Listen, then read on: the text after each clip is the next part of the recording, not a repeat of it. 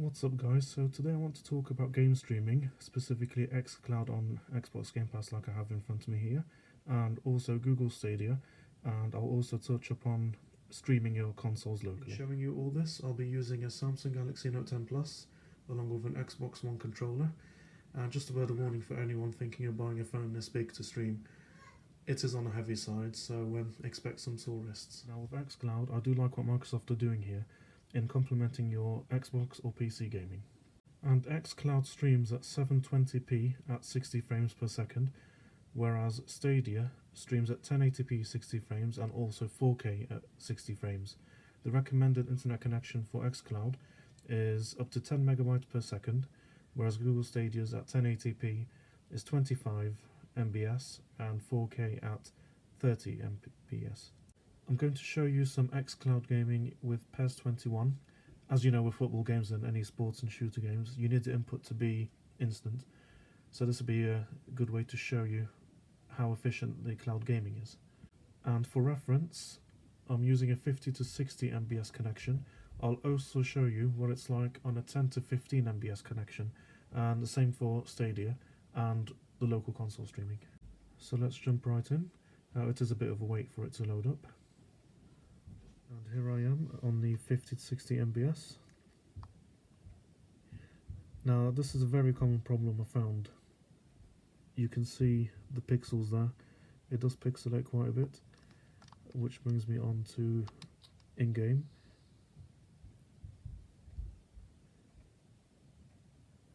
There, you can already see the problems with it.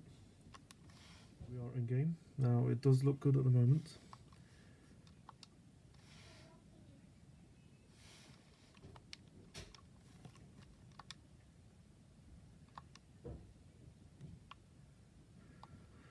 There we go, you see you get a lot of image retention and pixelating, and it's painfully slow. You know, on internet connection which is supposed to be 5 or 6 times faster than recommended connection. And I have found this a problem across every game I have tried. It's pretty much unplayable, even with it, you know, running smoothly like this in terms of gameplay. But just look at the pixelation and you get image retention.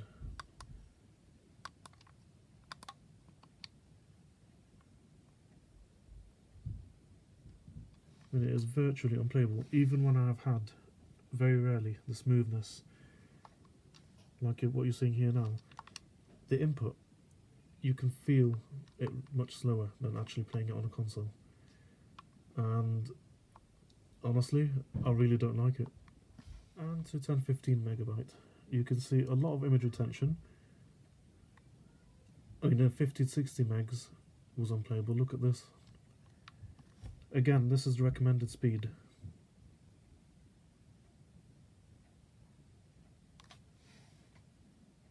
And going back to the 50 to 60 mbs, much better, but still a lot of lag and terrible image quality. Now the difference with Stadia is that it automatically recognises the speed of your internet and tries to optimise it, which Xbox is locked onto 720p.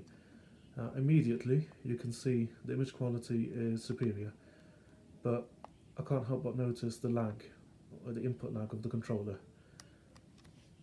That was with the 50 to 60 mbs connection. Let's now test it out 10 to 15. Yes, it's slower than the recommended 25 to 30. However, let's just try it compared to xCloud. The image quality is better, but there is more lag compared to xCloud. However, on both connections, I can't help but notice the input lag. It's even worse than xCloud for some reason. However, at this stage, I do find that both services have a lot of input lag to my liking, especially if I'm going to play, you know, sports games, shooting games. I've played UFC as well over the console streaming, and yeah, despite perfect image quality, I actually found it much harder to play just with that slight input lag. Speaking of which, I have now gone on to Remote Play, and it is brilliant. I think they have improved it quite a lot. My personal favourite was and is still the PlayStation's Remote Play. I just find the whole experience smoother. I've had no problems with it, even, no matter what connection I'm on. And I love the fact that you literally have the controller on the screen if you don't have a gamepad to use. However, I have found Xbox's has really improved when you're playing a game on Remote Play, similar level to PlayStation's. So with the Xbox Remote Play, you can't play Xbox 360 games for some reason, even though it's actually playing on a console. You can see how the image quality here is far better than cloud.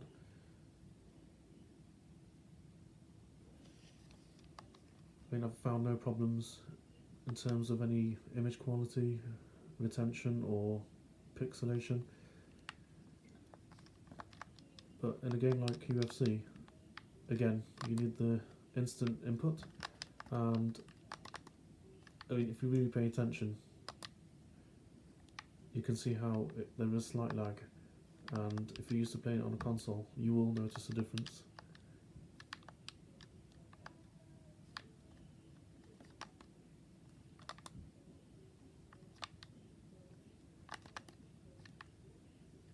But having said that, it's still a much better experience than playing on a cloud.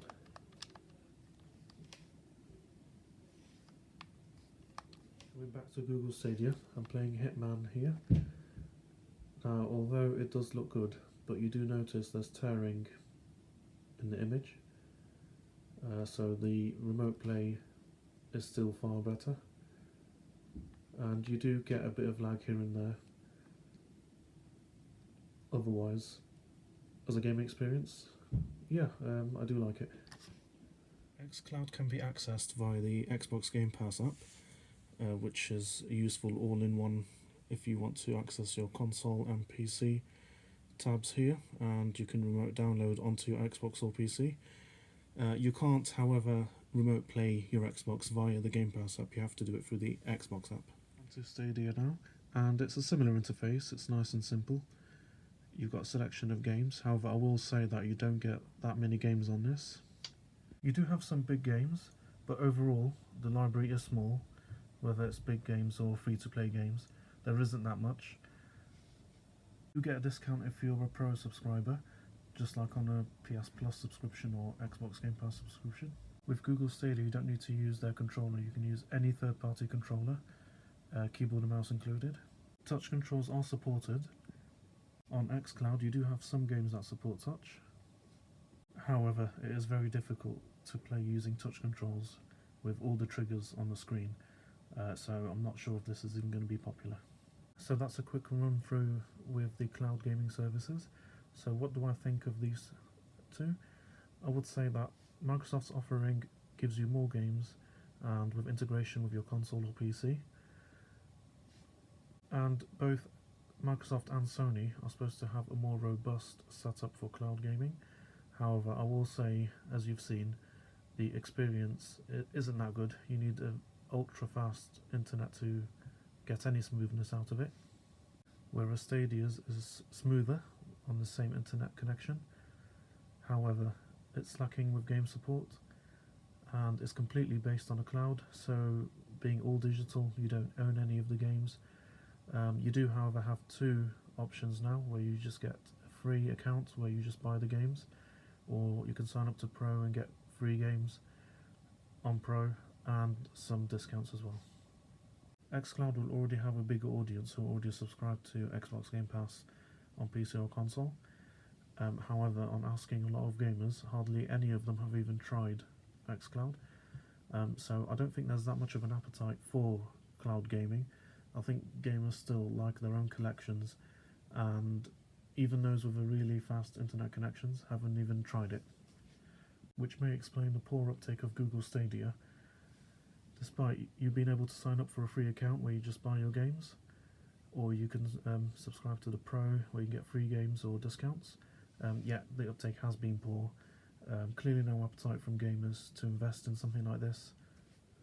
I, for one, as a gamer, like my collections, despite the fact that xCloud complements your console gaming, with the poor uptake there as well. So I think it's going to take something a bit more special for people to be attracted to cloud gaming, despite the fact that Stadia will be releasing an app for TV if you don't have a Chromecast already, with it still with LG TVs, and Xbox apparently in the works for a similar app. Well, Google's already got this, and again, not many people are using it. Before the release of the PS5, Xbox Series X and S, there was talk that it could be the last generation of consoles.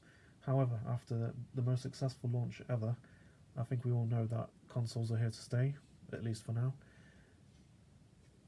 And after the big launch of Microsoft, they've admitted that they are working on the next console after that already. So even they've realised that consoles are not going anywhere.